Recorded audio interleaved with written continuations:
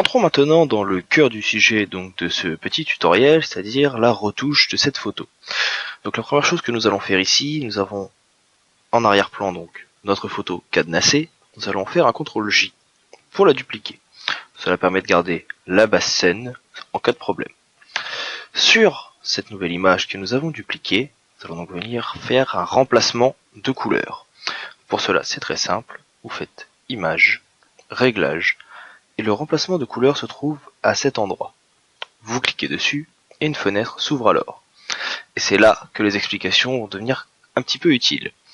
Vous avez donc plusieurs options qui s'ouvrent à vous, dont Aperçu. Nous allons commencer par le cocher. Pour commencer, ce sera plus simple. Ensuite, vous avez soit Sélection, soit Image. Image vous permet, comme vous le voyez, de voir votre image de fond, que nous avons également ici. Et Sélection vous permet de voir en fait les couleurs qui sont sélectionnées lorsque vous cliquez avec la pipette. Donc vous avez ici trois types de pipettes. Une pipette pour choisir une nuance, donc là nous allons prendre notre blanc. Une pipette pour en ajouter une autre, donc c'est pour additionner le blanc plus une autre couleur. Et une pipette pour en soustraire. Donc cela permet de choisir la couleur plus facilement de ce que vous allez remplacer. Pour notre cas ici, nous allons seulement prendre la première pipette et cliquer sur le blanc de notre objet, qui, comme vous le voyez, est plutôt beige. Vous avez ici la tolérance, qui vous permet de choisir plus ou moins la tolérance de blanc que vous allez corriger. Donc ici, nous allons nous mettre à peu près à 120. Si vous l'augmentez, la couleur changera sur plus de pixels. Par exemple, tout ce qui est blanc ici changera de couleur. Et tout ce qui est noir restera donc dans la couleur qu'il est actuellement. Si vous regardez, cela permet de changer facilement la différence de couleur. Si ma tolérance est faible, moins de couleurs changeront.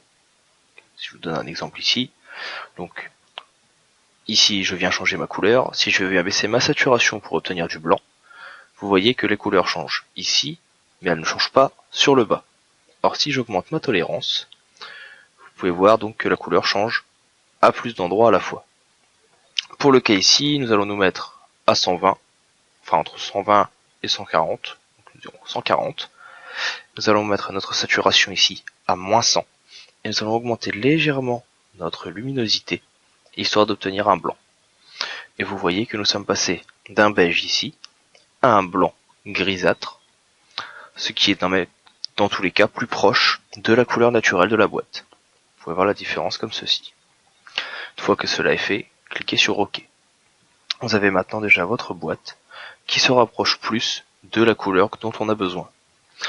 Histoire de rendre notre produit encore plus vendeur, nous allons faire un CTRL-J pour le dupliquer, rendre le calque du bas invisible, voilà, et prendre l'outil plume. Et vous allez venir faire une rapide sélection ici, à l'aide de 4 points d'ancrage de votre objet. Donc vous voyez, c'est assez rapide, par chance c'est un carré, c'est beaucoup plus simple. J'ai placé 4 points d'ancrage pour faire un contour. Une fois que cela est fait, je fais un clic droit, définir une sélection. Je mets 0,3 de contour progressif et je clique sur OK. Je crée un masque de fusion et comme vous le voyez, cela permet de de détourer mon objet. Je vais créer, avec le petit bouton qui est ici, un nouveau calque que je vais placer sous mon objet et avec l'outil pot de peinture, je vais rendre ce calque blanc. Donc, vous voyez, je mets du blanc en fond. Maintenant, comme vous le voyez sur la photo, la perspective n'est pas top. Notre objet est un petit peu déformé. Bon, nous allons rattraper ça. Vous allez commencer par faire un clic droit sur le masque de fusion et l'appliquer. Cela permet de détourer notre objet et de ne pas garder le masque de fusion. Ensuite, vous allez venir ici prendre une règle que vous allez placer sur le coin le plus haut, une règle que vous allez placer sur le coin le plus bas, une règle sur la gauche, donc ici sur le plus à l'intérieur, et pareil sur la droite. Si jamais vous n'avez pas les règles ici, le raccourci à utiliser est CTRL-R, qu'il ajoute ou il supprime les règles. Une fois que cela est fait, nous allons de nouveau dupliquer notre calque ici, histoire de garder le calque en cas de problème. Sur le calque 1 copie 2, nous allons l'appeler déformation, et nous allons faire un CTRL-T, un clic droit, et déformation. Sur le quadrillage qui se crée alors, nous allons placer notre objet petit à petit de telle façon à ce qu'il rentre dans le carré que nous avons fait. Donc vous voyez, j'y vais par petites touches, je remonte certaines zones, j'en rétrécis d'autres, pour que le carré, pour que la boîte soit vraiment carrée. C'est l'avantage de l'outil déformation qui vous permet donc, comme son nom l'indique, de déformer vos calques le plus simplement possible pour leur donner notre forme. Donc vous voyez ici, je remonte légèrement la boîte pour qu'elle obtienne un côté carré. Il y a d'autres techniques qui sont possibles, moi je vous explique celle-ci parce qu'elle est relativement simple et que je trouve qu'elle nous permet d'avoir un rendu plutôt pas mal. Donc comme vous le voyez ici, notre boîte récupère son côté carré. Une fois que c'est fait, appuyez sur Entrée et nous allons créer un nouveau calque. Sur ce nouveau calque, nous allons nous placer en lumière tamisée. Nous allons prendre notre pinceau et choisir un vert. Prenez un vert plus ou moins foncé qui se rapproche de la couleur d'origine de la boîte. Nous allons nous placer donc à une opacité de 100% et nous allons venir peindre sur toutes les parties qui doivent être en vert. Et comme vous le voyez, cela ajoute de la couleur, transforme la couleur trop sombre de notre image en un vert beaucoup plus lumineux. Donc vous pouvez jouer sur la taille de votre brush pour aller plus vite bien sûr. L'avantage de ce masque de fusion, de ce calque en lumière tamisée, c'est que si vous venez peindre sur du blanc, c'est beaucoup moins visible et beaucoup plus facilement rattrapable. Donc il ne faut pas hésiter à s'en servir. Donc voilà pour le premier rendu. Nous allons également ajouter ici, comme je vous l'avais expliqué dans la vidéo d'introduction, une petite ombre portée, histoire d'ajouter un petit peu de cachet à notre objet. Donc pour cela, créez un nouveau calque sous le calque déformation, faites un contrôle-clic sur celui-ci pour en récupérer la sélection. Sur le calque vierge que nous venons de créer, nous allons remplir la sélection de noir. Faites un contrôle D pour supprimer la sélection et un contrôle T pour la transformation manuelle. Appuyez sur la touche contrôle et restez appuyé, puis venez choisir l'encre qui se trouve ici et déplacez votre ombre sur le côté, comme ceci. Une fois que l'ombre est dans la direction appropriée, venez faire Filtre, Flou, Flou Gaussien. Choisissez un rayon de flou plutôt grand pour gagner un petit peu donc en ombre et en flou. Donc ici nous allons mettre 33 et cliquez sur OK.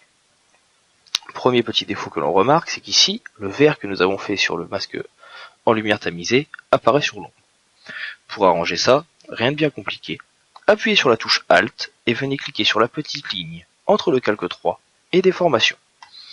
Et cela va permettre d'appliquer notre couleur verte uniquement au calque du dessous, donc ici à notre boîte. Vous voyez qu'elle a disparu de notre ombre. Sur notre ombre, nous allons venir faire un masque de fusion, prendre l'outil dégradé qui est ici et faire un clic droit. Cela va nous ouvrir donc notre palette ici des dégradés. Normalement de base sur Photoshop vous en avez beaucoup moins. Il vous est possible d'en télécharger sur internet. Donc il vous suffit d'aller sur Google et de taper télécharger des dégradés Photoshop et vous devriez trouver des bibliothèques assez facilement. Vous allez prendre vous le deuxième qui est ici, donc c'est un premier plan vert transparent. Et vous allez mettre en premier plan du noir. Et vous allez venir ici faire un dégradé de la gauche vers la droite et un petit peu vers le bas. Et cela permet donc d'atténuer notre ombre, comme vous venez de le voir, pour l'ombre portée.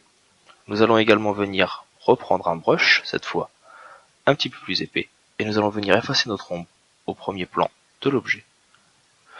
N'hésitez pas à la déplacer au besoin, comme ceci. Et nous avons ainsi ajouté ce petit cachet supplémentaire à notre boîte de thé. Nous allons maintenant nous attaquer ici à la deuxième boîte, qui est une boîte de café. Nous allons lui enlever ce côté jaunâtre. Toujours de la même façon, petit CTRL J pour dupliquer notre arrière-plan en cas de besoin. Nous allons créer un nouveau calque entre calque 1 et l'arrière-plan et le remplir de couleur blanc pour le détourage après. Nous allons venir sur le calque 1 et faire Image, Réglage, Remplacement de couleur. Donc vous voyez ici que nous avons une couleur basique qui est choisie, le blanc, mais elle n'est pas très visible ici. Nous allons revenir avec notre pipette et cliquer sur une partie jaunâtre de notre composition. Nous allons venir désaturer et augmenter légèrement la luminosité. Donc ici, cela a bien fonctionné, mais nous remarquons qu'ici, ce n'est pas le cas. Eh bien, l'avantage du remplacement de couleur, c'est que vous pouvez le refaire à l'infini. Je reviens sur le remplacement de couleur, je viens ici sélectionner la partie qui restait jaune, et de nouveau, je viens la désaturer et augmenter la luminosité pour obtenir un rendu métallique. Je clique sur OK, et voilà. Enfin, troisième fois, je recommence, remplacement de couleur, et cette fois je viens cliquer sur le noir qui est ici. Le noir ou le bleu. Parce que la couleur devrait être du bleu. Et donc je viens ici choisir un bleu qui se rapproche du logo d'IME que vous pouvez retrouver sur internet. Donc vous voyez ici, je choisis mon bleu, et mon noir se retrouve remplacé par la couleur dont j'ai besoin. Si vous souhaitez mettre un rouge, vous pouvez, un turquoise, un vert. C'est vraiment suivant la couleur dont vous avez besoin. Pour ma part, ce sera un bleu. Je vais essayer de prendre le bleu le plus proche du logo. C'est celui-ci. Vous pouvez bien sûr retrouver le logo sur internet, utiliser la pipette pour retrouver son code hexadécimal et le remplacer. Donc là je clique sur OK. Et ma boîte a retrouvé ses couleurs.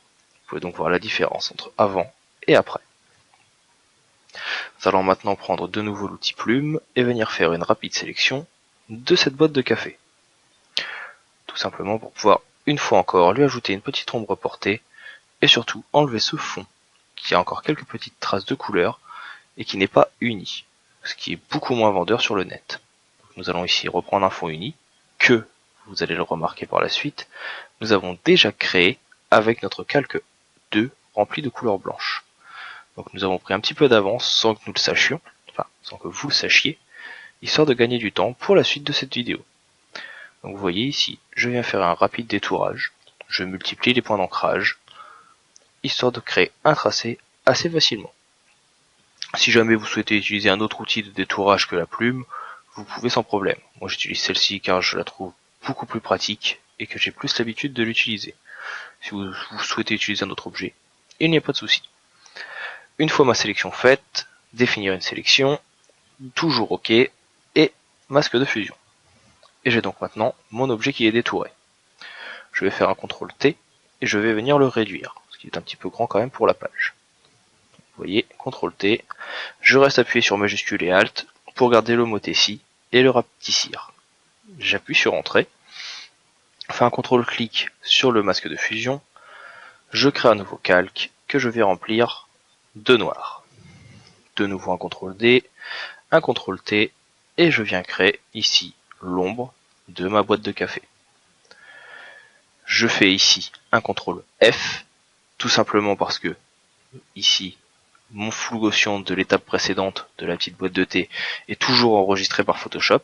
Donc si vous faites les deux d'affilée, vous faites un CTRL-F qui répète le dernier flou Gaussian. Sinon, vous faites de nouveau flou et vous choisissez le flou correspondant. Une fois que cela est fait, de nouveau un masque de fusion, mon outil dégradé et un dégradé de noir vers blanc, enfin vers transparent, pour créer une petite ombre. Je baisse légèrement l'opacité et mon produit est terminé. Donc voilà pour cette petite astuce Photoshop qui vous présente l'outil remplacement de couleur, ce qui vous sera, je pense et je l'espère, très utile. Je vous répète encore une fois qu'en cas de besoin ou en cas d'incertitude sur le tutoriel, je reste disponible pour répondre à vos questions. Si vous voulez plus d'informations ou des vidéos complémentaires, je tâcherai de vous les faire et d'y répondre dans les plus brefs délais. Je vous souhaite sur ce une bonne continuation et vous dis à bientôt pour de nouvelles formations et de nouvelles astuces Photoshop gratuites ou sur d'autres logiciels.